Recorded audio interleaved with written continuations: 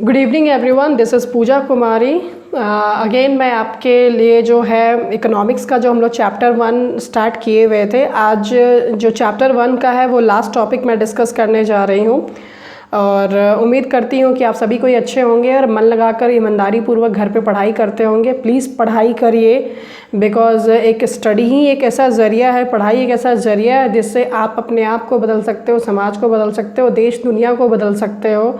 As much as आप lockdown है तो घर में अपना टाइम बर्बाद मत करो, जितना हो सके पढ़ाई करो। स्टडी एटलीस्ट 5 to 10 आवर, ठीक है। आपकी जो सहूलियत है, कैपेसिटी है, उसके अनुसार पढ़ाई करिए, ठीक है।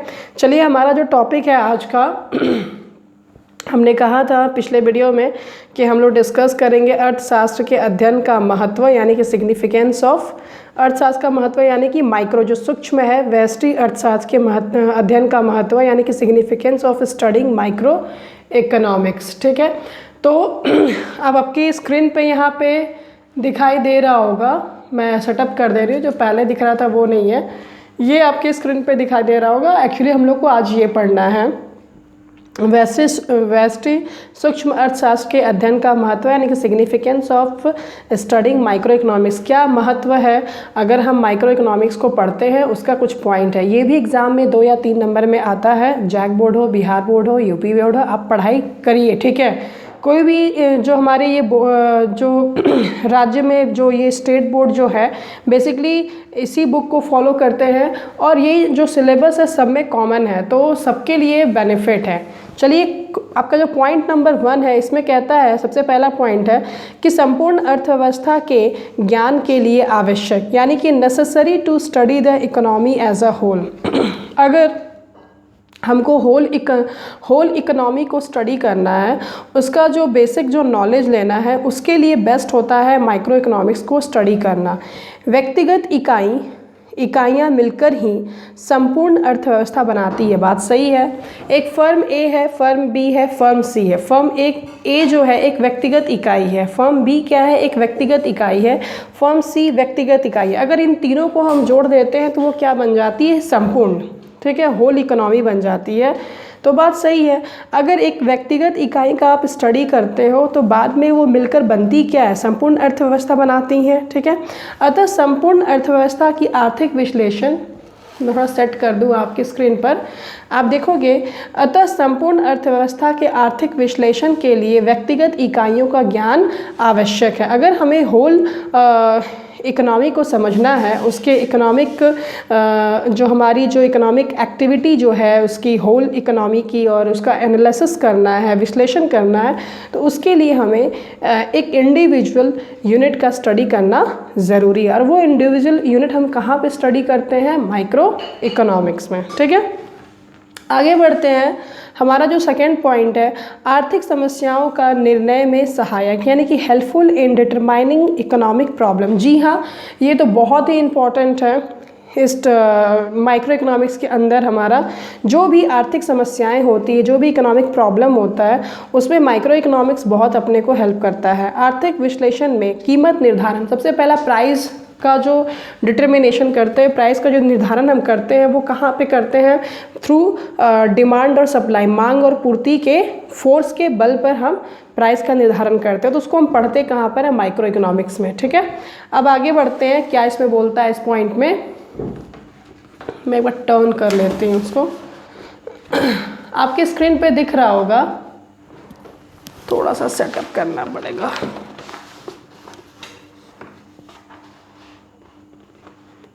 थोड़ा सा क्रॉस रखूँगी यहाँ पे, ठीक है। आपके स्क्रीन पे दिख रहा होगा कि वितरण एवं समस्याएं महत्वपूर्ण होती हैं, यानी कि डिस्ट्रीब्यूशन में भी एक समस्या है, तो वही बहुत इंपॉर्टेंट है। मैंने कहा है कि हमारे समाज में विभिन्न प्रकार के लोग रहते हैं, विभिन्न प्रकार के एक व्यक्तिगत है, ठीक है। तो हर व्यक्तिगत को आपको समझना पड़ेगा, आप वो इम्पॉर्टेंट है आपके लिए। हर किसी के बीच में एक सही डिस्ट्रीब्यूशन होना ज़रूरी है। इन समस्याओं का निदान सूक्ष्म आर्थिक विश्लेषण से किया जाता है। ये जो भी समस्या है, आर्थिक जो समस्या है या वितरण की जो समस्या है, इसका निदान हम कहाँ पे करते हैं? आर्थिक क्या बोलते हैं, माइक्रो इकोनॉमिक्स यानी कि सूक्ष्म आर्थिक विश्लेषण से किया जाता है। मांग एवं पूर्ति के दो बलों के आधार पर कीमत निर्धारण किया जाता है। हमने ऑलरेडी पढ़ा है, जो सूक्ष्म अर्थशास्त्र से संबंधित है, माइक्रो इकोनॉमिक्स से क्या है, ये रिलेटेड है। ठीक है, कभी भी मैक्रो इकोनॉमिक्स में नहीं पढ़ते हैं, डिमांड एंड सप्लाई, हमेशा इसको माइक्रो इकोनॉमिक्स में ही पढ़ा जाता है। ठीक है, थर्ड पॉइंट है आपका आर्थिक नीति के निर्धारण में सहायक, हेल्पफुल इन पॉलिसी फॉर्मुलेशन। अगर आपको कोई पॉलिसी बनानी है अपने देश के लिए, अपनी इकोनॉमी के लिए, तो उसमें ये बहुत हेल्पफुल होता है। कैसे? देखो, सूक्ष्म अर्थशास्त्र में व्यक्तिगत एवं विशिष्ट इकाइयों का विश्लेषण ही सरकार को आर्थिक नीतियाँ बनाने का आधार प्रदान करती है। अगर आपको बेस चाहिए, जैसे सपोज दैट अभी लॉकडाउन चल रहा है, ठीक है, अब लॉकडाउन में हमारी जो इकोनॉमी है वो ऑलमोस्ट ऑल फॉल डाउन कर चुकी है, और हमारी क्या पूरी दुनिया की कर चुकी है। तब यहाँ पर क्या है कि हमें ऐसा नहीं है कि जो समस्या अभी आया है कोविड-19 का, ये हमेशा रहेगा। समस्या आती हैं, उससे फाइट करके हमें आगे बढ़ना है। ठीक है, और ये समस्या का एक दिन ना एक दिन निदान तो होगा ही। ऑलवेज थिंक अबाउट पॉजिटिव, समस्या तो निदान करना ही करना है। तो उसके लिए हमें तैयार भी रहना है कि जब ये ख़त्म होती है तो हमें कौन से स्टेप लेने होंगे।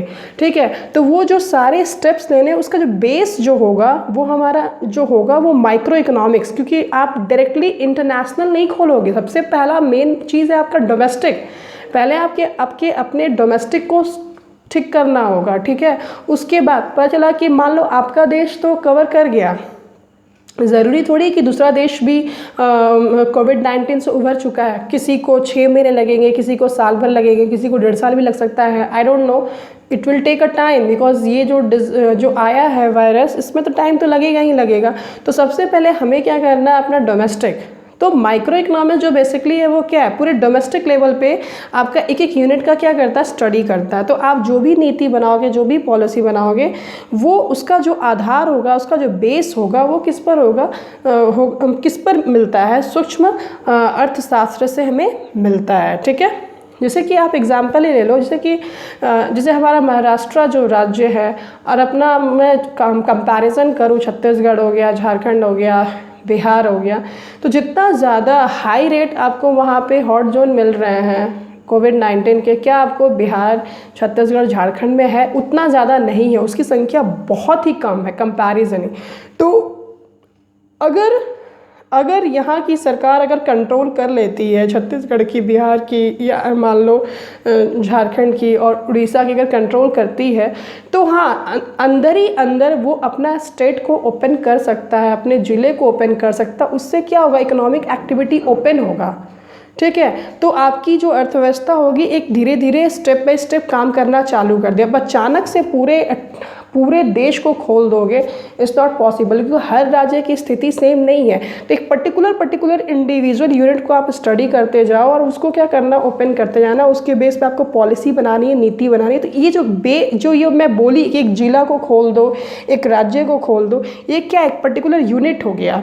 ठीक है, जिसका बेस कहाँ से हम स्टडी कर रहे हैं, सूक्ष्म अर्थशास्त्र से स्टडी कर रहे हैं। ठीक है, 4 पॉइंट है व्यवहारिक अर्थशास्त्र के ज्ञान में सहायक, helpful in understanding the problem of applied economics. देखो, ये जो हम पढ़ते हैं माइक्रो इकोनॉमिक्स में, इसके अंदर क्या होता है कि हम लोग पूरी तरह से जो भी सिद्धांत पढ़ेंगे, जो भी सिद्धांत पढ़ेंगे, जो भी नियम रूल जो भी पढ़ेंगे, लॉ पढ़ेंगे, उसका पूरा यहाँ पे प्रॉब्लम अप्लाइड, मतलब हर चीज़ का यहाँ पे आपको क्या करना है, व्यवहारिक, यानी कि उसको अप्लाइड करना है, चेक करना है। ठीक है, कि ये रियल में कहाँ तक एप्लीकेबल है कि नहीं है। तो सूक्ष्म आर्थिक विश्लेषण द्वारा व्यवहारिक अर्थशास्त्र की शाखाओं जैसे राजस्व, अंतर्राष्ट्रीय अर्थशास्त्र इत्यादि की समस्याओं को समझने में भी क्या होती है, सहायता मिलती है। इसे राजस्व मतलब यहाँ पे इंग्लिश में बोलते हैं रेवेन्यू। इंटरनेशनल इकोनॉमी को भी समझने में हमको क्या होती है, मदद मिलती है फ्रॉम द सूक्ष्म आर्थिक विश्लेषण से। ठीक है, इसको पूरा डेप्थ में आपको मिलेगा, सब आगे मेरे को पढ़ना है। ठीक है। फिर नेक्स्ट है 5 नंबर, पूंजीवादी प्रणाली की कार्य प्रणाली के ज्ञान में सहायक। पूंजीवादी यानी कि जो कैपिटलाइज हमारा इकोनॉमी होता है, कैपिटलाइज जो प्रणाली होती है उसकी कार्य प्रणाली को ज्ञान में सहायक होता है। Helpful in understanding the working of capitalist economy. जो कैपिटलिस्ट इकोनॉमी होता है उसको समझने के लिए बहुत, जैसे कि हमारा इंडिया तो मिक्स्ड इकोनॉमी है, यहाँ पे कैपिटलिस्ट भी है एज वेल एज क्या है, सोशलिस्ट भी है, दोनों हमारा चलता है देश में। बट अमेरिका वो पूरा क्या है, कैपिटलिस्ट इकोनॉमी है। तो कैपिटलिस्ट इकोनॉमी में आपको मैं ओपनली बोल दूँ, वहाँ पे प्राइस मैकेनिज़्म होता है और प्राइस मैकेनिज़्म हमेशा डिमांड और सप्लाई के बेस पे ही होता है।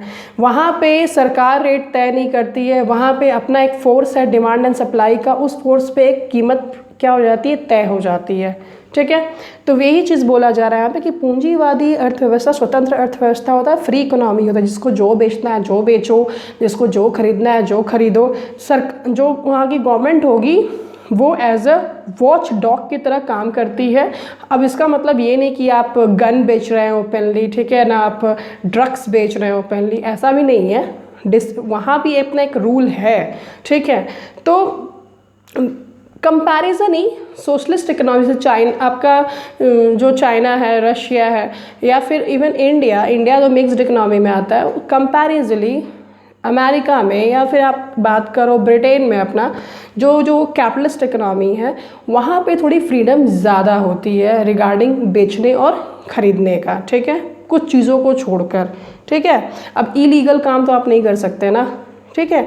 तो यहाँ पे क्या बोल रहा है, पूंजीवादी अर्थव्यवस्था स्वतंत्र होती है, जो कैपिटलिस्ट इकोनॉमी होती है वो पूरी इंडिपेंडेंट होती है वहाँ पर, और फ्री इकोनॉमी होती है जिसमें केंद्रीय समस्याओं में संबंधित निर्णय यानी कि मांग एवं पूर्ति, यानी कि मैंने पहले ही बोला यहाँ पे पूरा फोकस होता है, डिमांड एंड सप्लाई का प्रेशर होता है, फोर्स होता है, बलों की स्वतंत्रता, कार्यशीलता वाले कीमत संयंत्र यानी कि प्राइस मैकेनिज्म द्वारा लिए जाते हैं। इस यहाँ पे जो भी प्राइस तय होगी कैपिटलिस्ट इकोनॉमी में, इतना जान जाओ 110% सरकार हस्तक्षेप नहीं करती है। अगर डिमांड बहुत ज़्यादा है, सप्लाई कम है, ऑब्वियसली प्राइस बहुत हाई जाएगा, गारंटेड, ठीक है। और सरकार ये नहीं बोलेगी वहाँ पे कि नहीं आप प्राइस कम करें। जैसे कि हमारे देश में क्या होता है कि सरकार कहीं पे एक रेट तय कर देती है कि नहीं आपको इस रेट से ज़्यादा नहीं जाना है, फिर किसान को मतलब किसान को प्रॉब्लम होगी या कंज्यूमर को प्रॉब्लम होगी, कहीं ना कहीं इंटरफेरेंस सरकार करती है। वहाँ पे वैसा नहीं है, अगर डिमांड बहुत ज़्यादा है, सप्लाई कम है तो आप बेचो, कोई दिक्कत नहीं है, ठीक है। तो सूक्ष्म आर्थिक विश्लेषण पूंजीवादी अर्थव्यवस्था में आर्थिक समस्याओं का समाधान प्रस्तुत करने में भी क्या होती है, सहायक होती है। तो ये आपका 5 पॉइंट हो गया कि कैसे माइक्रो इकोनॉमिक्स महत्व है स्टडी करने के लिए, अध्ययन करने के लिए। ये आपको एग्ज़ाम में आ भी सकता है, और कभी कभी क्या करेगा एग्ज़ाम में कि आपसे एडवांटेज और डिसएडवांटेज यानी कि इसके फ़ायदे और नुकसान, कि लाभ और हानि करके, मतलब लाभ और जो आपका हानि है उस तरह से या तो पूछ देगा कि या तो सिग्निफिकेंस और लिमिटेशन के दोनों के बीच में पूछ देगा कि हाँ 2 पॉइंट इसका बताओ और 2 पॉइंट इसका बताओ, 2 पॉइंट बता दो। तो कभी कभी दोनों को मिला करके भी क्वेश्चन पूछा जाता है एग्जाम में। जैसे कि आप देख सकते हो हमारा नेक्स्ट जो टॉपिक है, अब ये द एंड टॉपिक है आज का, इवन इस चैप्टर का द एंड टॉपिक है limitation of micro economics analysis. आपको दिख रहा होगा आपके स्क्रीन पे limitation of micro economic analysis. वैसे सूक्ष्म आर्थिक विश्लेषण की क्या है, परिसीमाएं, कहाँ पर इसकी एक सीमा आ जाएगी जहाँ से ये जा नहीं पाएगा, मतलब उसके आगे माइक्रो इकोनॉमिक्स का यूज़ नहीं हो पाएगा, ठीक है। देखोगे यहाँ पे सूक्ष्म आर्थिक विश्लेषण के अनेक महत्व होते हुए भी यह विश्लेषण अपनी अनेक परिसीमाओं के कारण सार्वभौमिक विश्लेषण यानी कि यूनिवर्सल एनालिसिस नहीं बन पाया है। इतना अच्छा सिग्निफिकेंस है इसका, इतना अच्छा महत्व है, लेकिन फिर भी एक ऐसा जगह आ जाता है, एक ऐसा जगह इसका सीमा आ जाएगा जहाँ पे वो क्रॉस नहीं कर पाएगा, उसका वहाँ पे पूरा यूनिवर्सल रूप से विश्लेषण नहीं हो पाएगा। अब कुछ पॉइंट है, इसको हम लोग देखते हैं, ठीक है। देखोगे यहाँ पे मैं थोड़ा सा बुक को ना टर्न कर रही हूँ बिकॉज बड़ी दिक्कत आ रही है स्ट्रेट रखने में। आप देखोगे सबसे पहला जो पॉइंट है हमारा, फर्स्ट जो पॉइंट है वो क्या कहता है, कहता है कि समग्र नहीं बल्कि अंश का अध्ययन है। हाँ, हम जानते हैं कि माइक्रो इकोनॉमिक्स होल इकोनॉमी को स्टडी नहीं करता है, study not of the whole but of a fraction. ये बात सच है। ये एक पर्टिकुलर इकाई, पर्टिकुलर यूनिट को स्टडी करता है, ठीक है, पूरा होल को स्टडी एक साथ नहीं करता है। तो ये तो खामियां रहेगी ही, ये तो इसकी खामियां रहेगी ही। तो सूक्ष्म आर्थिक विश्लेषण में केवल अंश यानी कि क्या है, फ्रैक्शन का अध्ययन किया जाता है, समग्र होल का नहीं। स्पष्ट है कि व्यक्तिगत अंशों अथवा इकाइयों का अध्ययन के आधार पर संपूर्ण अर्थव्यवस्था का एक सही चित्र उपस्थित नहीं किया जा सकता। ये बात भी सच है, इसमें कोई गलती बोली नहीं जा रही है। अगर आप देखो पर्टिकुलर यूनिट को स्टडी करना भी बहुत टफ होता है। अगर मान लीजिए आपने सेलेक्ट किया, मान लीजिए झारखंड हमारे 24 जिला है, 24 जिला में आपने सेलेक्ट किया कि चलो इस जोन से हम 2 जिला उठाते हैं, उस जोन से 5 जिला उठा लिया, उस जोन से हमने 3 जिला उठा लिया, उस जोन से हमने 4 जिला उठा लिया। तो आपने पूरे जिला को तो नहीं स्टडी किया, ईस्ट वेस्ट नॉर्थ साउथ से आपने 2-2 3-3 उठा लिया और आपने स्टडी करके कंक्लूजन लेकर के आया। तो क्या पता किसी और में करते तो कुछ और कंक्लूजन होता, ठीक है। तो हाँ, ये बात सही, अगर आप होल के कंपैरिजन ही करोगे तो ये बात सही, जो डेटा यहाँ पर आएगा वो 100% कंप्लीट नहीं होगा, ठीक है। दूसरा पॉइंट कहता है कि अपर्याप्त विश्लेषण, इनएडिक्वेट एनालिसिस। कैसे, देखिए, सूक्ष्म आर्थिक प्रणाली एक अपर्याप्त अध्ययन प्रणाली है। अपर्याप्त मतलब कंप्लीट नहीं है, अपर्याप्त अध्ययन प्रणाली है क्योंकि यह आवश्यक नहीं है कि एक व्यक्तिगत परिवार या फर्म अथवा उद्योग के संबंध में जो निष्कर्ष निकालते हैं वही पूरा अर्थव्यवस्था पर भी लागू हो। जैसे मैंने अभी कहा, ईस्ट वेस्ट नॉर्थ साउथ से आपने 2-2 जिले उठा लिए कि इस जिला का इतना डोमेस्टिक खपत है, कंजप्शन है, या इतना फर्म है, या फिर जो भी है आपने स्टडी कर लिया, इस जिला से इतना कर लिया। लेकिन वो जो आपने कंक्लूजन निकाला, वो कंक्लूजन जो भी निकाला वो पूरा का पूरा झारखंड पे नहीं थोप सकते कि हाँ यही चीज़ है झारखंड में, ठीक है। समझ में आ रही है मैं क्या बोल रही हूँ। ये पूरा का पूरा कंक्लूजन झारखंड पे नहीं है। या मान लो आपने हमारे जो भी हमारे देश के राज्य हैं, ईस्ट वेस्ट नॉर्थ साउथ में आपने ले लिया कुछ country, 3 country, 2 country, 5 country, 4 country आपने ले ली, आपने स्टेट आपने स्टेट ले लिया, ठीक है ना। अपने एक कंट्री से 4 कंट्री, 2 कंट्री, 5 कंट्री, 3 कंट्री आपने ले लिया, ठीक है। सारे जोन से आपने उठा लिया और आपने स्टडी किया, लगभग आपने 10 राज्य का आपने स्टडी किया, और वो चीज़ बोलोगे कि नहीं इंडिया का ये लगभग में अर्थव्यवस्था है, तो इनकम्प्लीट वहाँ पे आपका डेटा आएगा। That is not complete. वो पूरी तरह से अर्थव्यवस्था पे आप लागू या पूरा होल इकोनॉमी पे आप लागू नहीं कर सकते हो। तो ये चीज़ बोला जा रहा है कि सूक्ष्म अर्थशास्त्र द्वारा समूची अर्थव्यवस्था की सामूहिक प्रवृत्ति पर प्रकाश नहीं डाला जा सकता है इसके कंपैरिजन में, ठीक है। 3rd नंबर कहता है कि अवास्तविक मान्यता पर आधारित, बेस्ड ऑन अनरियलिस्टिक अजम्पशन। क्या है ये अनरियलिस्टिक? देखो हाँ, ये बात सही है। यहाँ पे तो बोला जा रहा है कि अनरियलिस्टिक अजम्पशन है। कुछ मिलेंगे आपको जब आप चैप्टर पढ़ोगे। कंज्यूमर इक्विलिब्रियम चैप्टर है, डिमांड चैप्टर है, सप्लाई चैप्टर है, आपका प्रोडक्शन चैप्टर है, कॉस्ट चैप्टर है, रेवेन्यू चैप्टर है। सारे जितने भी आप चैप्टर पढ़ोगे आप देखना वहाँ पे सब जगह अजम्पशन है कि ये जो लॉ को आप फॉलो करोगे, अगर आपने ये अजम्पशन फॉलो किया है तभी ये लॉ फॉलो होगा, नहीं तो लॉ फॉलो नहीं होगा। ये नियमतः पढ़ना है। और अगर आप 12th क्या ग्रेजुएशन पीजी आप कुछ भी करो, वो एक कोई भी प्रिंसिपल सिद्धांत का नियम ऐसा ही होता है, आपको एक एजम्पशन लेना पड़ेगा, ठीक है। तो उसी जैसे कि जब मैं कंज्यूमर इक्विलिब्रियम पढ़ाऊंगी तो वहाँ पे एक कार्डिनल है, एक ऑर्डिनल है, तो वहाँ पे कुछ ऐसे एजम्पशन है, जब पढ़ाऊंगी तो बहुत अच्छे से क्लियर हो जाएगा। कार्डिनल और ऑर्डिनल अप्रोच करके है, तो वहाँ पर है कुछ ऐसे एजम्पशन है जो कि रियल लाइफ में एग्जिस्ट ही नहीं करता है। रियल लाइफ में एग्जिस्ट, जैसे कि मान लीजिए मैंने बोला आपको, जैसे कि एक एग्जांपल मैं देती हूँ रिगार्डिंग लॉ ऑफ डिमांड को लेकर, ठीक है।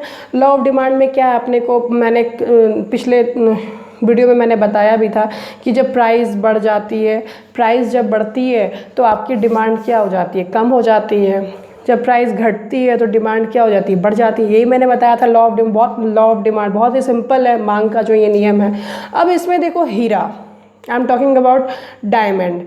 डायमंड क्या है, प्राइस बढ़ रहा है, ठीक है ना, प्राइस बढ़ भी रहा है फिर भी लोग उसको खरीदना चाहते हैं, पीपल वांट टू बाई, ठीक है। जबकि प्राइस अगर बढ़ रहा तो लोगों को नहीं खरीदना चाहिए था, ज़रूरत नहीं, उसका डिमांड ही नहीं होना चाहिए था। अगर सोना का प्राइस बढ़ रहा है फिर भी लोग उसको खरीदते हैं, खरीदना नहीं चाहिए था। तो यहाँ पे क्या हो गया, लॉ ऑफ डिमांड फॉलो नहीं कर रहा है। पानी के बारे में अगर हम बात करें, अब talking about the water, free of cost में वाटर मिल रहा है, ठीक है, बहुत फ्री ऑफ कॉस्ट में वाटर है। वाटर का बिल्कुल भी बहुत ही, अगर कहीं कहीं अगर मार्केट में बिकता भी है पीने वाला पानी तो हार्डली 5 रुपये 10 रुपये 20 रुपये का एज़ पर द ब्रांड बिकता है। तो आप क्यों नहीं उसकी डिमांड ज़्यादा करते हो? सस्ता तो है, डिमांड ज़्यादा होना चाहिए वहाँ पे। तो ऐसा आपके सामने नहीं हो रहा है, ठीक है। एक सेकेंड, कुछ लगता है टेक्निकल फॉल्ट आ गया है, जस्ट 1 मिनट। हाँ, अब दिखेगा स्क्रीन पे, एक्चुअली कुछ स्क्रीन पे प्रॉब्लम आ गई थी। हाँ, तो मैं क्या कह रही थी आपको कि वहाँ पे डिमांड का जो लॉ है वो फॉलो नहीं हो रहा है, ठीक है। तो इसी चीज़ को आप बाद में आगे पढ़ोगे कि सूक्ष्म आर्थिक विश्लेषण पूर्ण रोजगार की काल्पनिक मान्यता पर आधारित है। ये बोलता है कि हम फुल्ली एम्प्लॉयमेंट देंगे, इस मतलब ये जो विश्लेषण करता है उसमें बोलता है ये फुल एम्प्लॉयमेंट देंगे, एक काल्पनिक मान्यता पर आधारित है।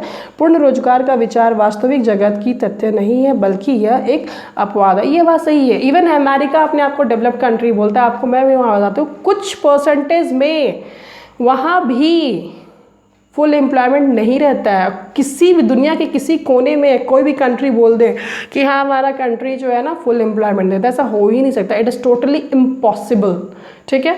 अब लास्ट में हमारा है 4 नंबर, देखोगे मुक्त व्यापार के विचार पर आधारित, बेस्ड ऑन लीजे फेयर कंसेप्ट। लीजे फेयर कंसेप्ट बहुत ही इंपॉर्टेंट है, कार्ल मार्क्स ने दिया था, ठीक है। सूक्ष्म अर्थशास्त्र की प्रणाली मुक्त व्यापार की मान्यता पर आधारित है। हम जानते हैं मुक्त व्यापार मतलब फ्री इकोनॉमी, ठीक है। मुक्त व्यापार व्यवस्था में सरकारी हस्तक्षेप अनुपस्थित होती है। यहाँ पे मैंने पहले ही बोला था, जब फ्री इकोनॉमी होता है वहाँ पे गवर्नमेंट इंटरफेरेंस नहीं करते, गवर्नमेंट जस्ट वहाँ पे वॉचडॉग की तरह काम करते हैं, ठीक है। वर्तमान समय में सरकार की भूमिका आर्थिक जगत में अनिवार्य है, और ये बात भी सही है। आप जैसा कि जानते हो प्रेजेंटली अगर गवर्नमेंट इंटरफेरेंस ना करे तो प्राइवेट कंपनियां जो हैं, जैसे कि हम इंडिया की ही बात करें, वो तो कुछ भी बना के बेचेगी, कुछ भी करेगी, कुछ भी आपको खिला देगी। समझ में आ रही है बात? तो इंटरफेरेंस गवर्नमेंट का होना बहुत ही ज़रूरी है। आई थिंक सो थोड़ा सा कुछ टेक्निकल प्रॉब्लम आ रहा होगा, बट आई थिंक सो आपको दिख गया होगा जो 1 से लेकर मैंने 4 पॉइंट जो डिस्कस किए हैं लिमिटेशन के। So thank you so much, God bless you all.